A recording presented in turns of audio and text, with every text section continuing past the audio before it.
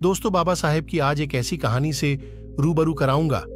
आखिर बाबा साहेब ने मनुस्मृति क्यों जलाई?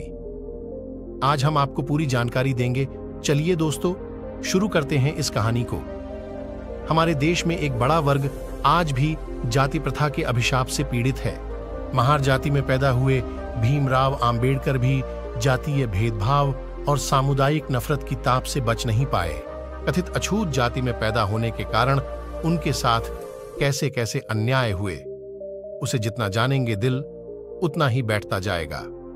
चूंकि बाबा साहेब ने जाति व्यवस्था के दंश को गहराई से महसूस किया, इसलिए उन्होंने इसके खात्मे की दिशा में भी भरसक कदम उठाए। उन्होंने लोगों के बीच जागरूकता अभियान चलाया, आंदोलन किया, तो जाति व्यवस्था और छुआछूत पर कई पुस्तकें भी लिखीं जो काफी पठनीय हैं। इसी क्रम में उन्होंने मनुस्मृति की प्रतियां जलाकर प्रतीकात्मक संदेश भी दिया। वो 25 दिसंबर 1927 का दिन था जब डॉक्टर आंबेडकर ने मनुस्मृति का सार्वजनिक दहन किया। महाराष्ट्र के तत्कालीन कोलाबा, अब रायगढ़ जिला स्थित महाड़ गांव में आंबेडकर ने अपने समर्थकों के साथ मनुस्मृति जलाई। दावा तो यह भी किया जाता है कि उनके मनुस्मृति दहन कार्यक्रम का जबरदस्त विरोध हो रहा था। इस कारण उन्हें इसके लिए कोई जगह नहीं मिल रही थी। तब फत्ते खां नाम के एक मुसलमान ने अपनी निजी जमीन पेश कर दी।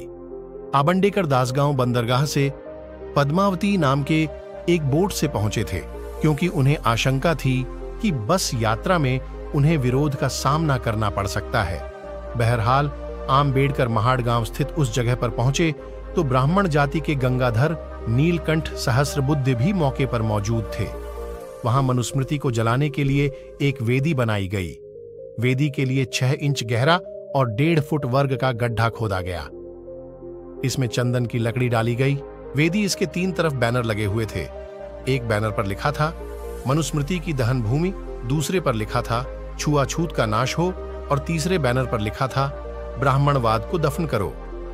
25 दिसंबर 1927 को सुबह 9 बजे मनुस्मृति का एक एक पन्ना फाड़कर डॉक्टर आंबेडकर, सहस्त्रबुद्धे और अन्य 6 दलित साधुओं ने वेदी में डाली। ध्यान रहे कि तब वेदी के पास मोहनदास करमचंद गांधी की तस्वीर भी लगाई गई थी। हालांकि बाद में जाति व्यवस्था पर डॉ. आंबेडकर और गांधी के बीच काफी गहरे मतभेद उभरे, जो आखिर तक बने रहे। डॉ. आंबेडकर ने गांधी और कांग्रेस पार्टी की जाति को लेकर सोच की कड़ी आलोचना की। उन्होंने कांग्रेस और गांधी ने अछूतों के लिए क्या किया नाम से पुस्तक भी लिखी। मैं जन्म आधारित 4 वर्णों में विश्वास नहीं रखता हूं। मैं जाति भेद में विश्वास नहीं रखता हूं। मेरा विश्वास है कि जाति भेद हिंदू धर्म पर कलंक है और मैं इसे खत्म करने की कोशिश करूंगा। यह मानकर कि कोई भी ऊंचा नीचा नहीं है, मैं कम से कम हिंदुओं में आपस में खान पान में कोई प्रतिबंध नहीं मानूंगा। मेरा विश्वास है कि दलितों का मंदिर, तालाब और दूसरी सुविधाओं में सामान्य अधिकार है। मनुस्मृति दहन पर आंबेडकर की मंशा पर सवाल उठने लगे।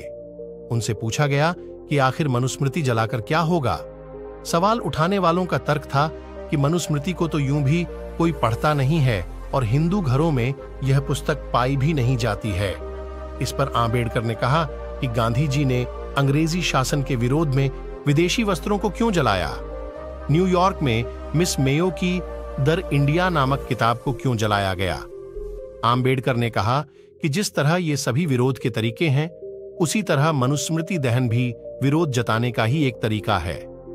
आंबेडकर ने 3 फरवरी 1928 को अपने अखबार बहिष्कृत भारत में भी मनुस्मृति को जलाने के कारण गिनाई। उन्होंने लिखा कि मनुस्मृति को पूजने वाले अछूतों के कल्याण का कोई काम नहीं करते हैं और जाति व्यवस्था के समर्थक हैं। बाबा साहेब ने कौन थे शूद्र और जाति का अंत नामक अपनी 2 पुस्तकों में भी मनुस्मृति पर अपने विस्तृत विचार पेश किए। बाबा साहेब के जीवन की छोटी या बड़ी जानकारी चाहिए तो हमारे परिवार यानी चैनल का हिस्सा जरूर बने। धन्यवाद।